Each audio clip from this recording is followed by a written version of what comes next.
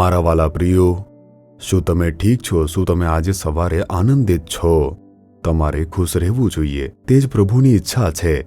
જો તમે ઈસુનો હાથ પકડીને ચાલો છો, તમે ચોક્કસ ખુશ રહેશો. ઈસુ સાથે ચાલવામાં આ ઈસુ સાથે ચાલો કાર્યક્રમ તમને ખૂબ જ મદદ કરે છે. તેથી જ આપણે ઈશ્વરના વચનનું મનન કરીએ છીએ અને નાની પ્રાર્થનાઓ કરીએ છીએ. આજે સવારના સમયે પણ ઈસુ તમને પ્રેમ કરે છે તેમ તમારી મુલાકાત લઈ રહ્યા છે. પ્રભુ તમને એક વચન આપે છે. શું છે જાણો છો? હોશિયા 13મો અધ્યાય તેની 9મી કલમ. હે ઇઝરાયેલ, હું તારું આશ્રય સ્થાન છું.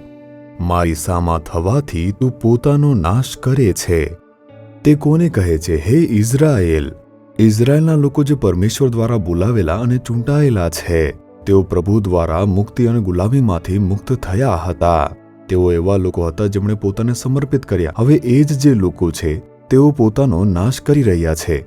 જે લોકોને પસંદ કરવામાં આવ્યા હતા અને તેઓને મુક્ત કરવામાં આવ્યા હતા, તેઓએ દુષ્ટ કાર્યો કર્યા અને તે દુષ્ટ કાર્યો દ્વારા પોતાનો નાશ કર્યો. જો તમે પૂછો તે કેવી રીતે થયું છે, તો જ્યારે તમે પાપ કરો છો, ખાસ કરીને અહંકારથી ભરાઈને પાપ કરો છો, જાણતા હોવા છતાં જ્યારે પાપ કરો છો, તે પાપ એવું છે જે પરમેશ્વરને ખૂબ જ દુઃખી કરે છે. અને આવા જે દુષ્ટ કાર્યો છે, તે દુષ્ટ કાર્યો તમારો નાશ કરે છે. તમારા જીવન વિશે તમે વિચારી જુઓ. તમારો ઉદ્ધાર થયો છે, તમને તારણ મળ્યું છે, તમે ઈસુને અનુસરો છો અને તેમની સાથે તમે ચાલો છો, તે સારું છે. પરંતુ તમારા ઘરમાં, તમારા કાર્યસ્થળમાં, તમારા વ્યવસાયમાં શું તમે પ્રમાણિકપણે ચાલો છો? અથવા એવા કાર્ય કરો છો જે પોતાને નાશ કરે છે? ચર્ચમાં તમે રાજકારણ કરો છો, વ્યવસાયમાં તમે ભેળસેળ કરો છો, તમે કપટથી પૈસા કમાવો છો, લાંચ લ્યો છો, કામમાં સત્યપણે ચાલતા નથી. આવું બધું દુષ્ટ કાર્ય કરતાની સાથે તમે હંમેશા પ્રભુની સ્તુતિ કરો છો. અને જ્યારે પણ આપણે આવી વસ્તુઓ કરીએ છીએ ત્યારે આપણે પોતાનો નાશ કરીએ છીએ. અને પરમેશ્વર તે જોઈને દુઃખી થતા હોય છે.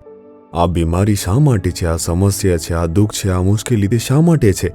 શાંતિ નથી, તમે સૂઈ શકતા નથી, આવી રીતે સંઘર્ષ કેમ છે? તમે એવી કોઈ વસ્તુને સ્થાન આપ્યું હશે જે તમારો નાશ કરી શકે છે.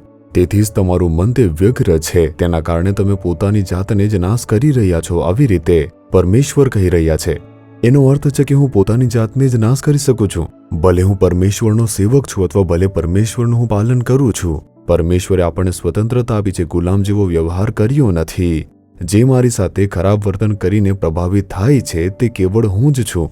શું તમે આવી રીતે પ્રભાવિત થયા છો? તમારામાં આનંદ નથી, શાંતિ નથી, ખુશી નથી? શું તમારા પરિવારમાં કોઈ સમસ્યા, દુઃખ છે? તમે કદાચ કંઈ ખરાબ કાર્ય કર્યું હશે. પ્રભુ કહે છે તમે તમારી જાતને નષ્ટ કરી દીધી છે. તમે પોતાને જ નષ્ટ કરી રહ્યા છો. તેથી જ તે તમને અસર કરી રહ્યું છે.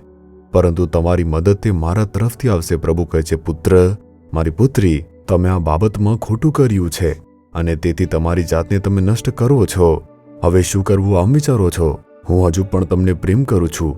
હું હજુ પણ તમારા પ્રત્યે સ્નેહી છું. હું હજુ પણ તમને મદદ કરવા તૈયાર છું. આમ પ્રભુ કહે છે. તેથી તમારે શું કરવું જોઈએ? કહો કે પ્રભુ, મેં આ દુષ્ટ કાર્ય કર્યું છે, તેથી મને માફ કરો. મેં જે ભૂલ કરી છે તે માટે તમે મને માફ કરો. મેં જે ભૂલ કરી જેનાથી તમે દુઃખી થયા છો તે માટે મને માફ કરો. મને માફ કરો. જો તમે આવી રીતે કહેશો તો તે તમને ભેટી પડશે, તમને સાજા કરશે. તે તમને સલાહ આપે છે કે આવી રીતે ફરી ન કરો. તે તમને નફરત નહીં કરશે. જાઓ, મારી પાસે ન આવો. તે આવી રીતે કહેશે નહીં. તેના બદલે તમને પ્રેમથી ભેટી પડશે. તે તમને બોલાવે છે. તમારી મદદ મારામાં છે. મારા દીકરા, દીકરી આવી રીતે કહે છે. તેથી તેમના હાથમાં આવો. તે તમને ભેટી પડશે અને તમને તે આશીર્વાદ આપશે અને તમારા દુષ્ટ કાર્યોને બદલી નાખશે.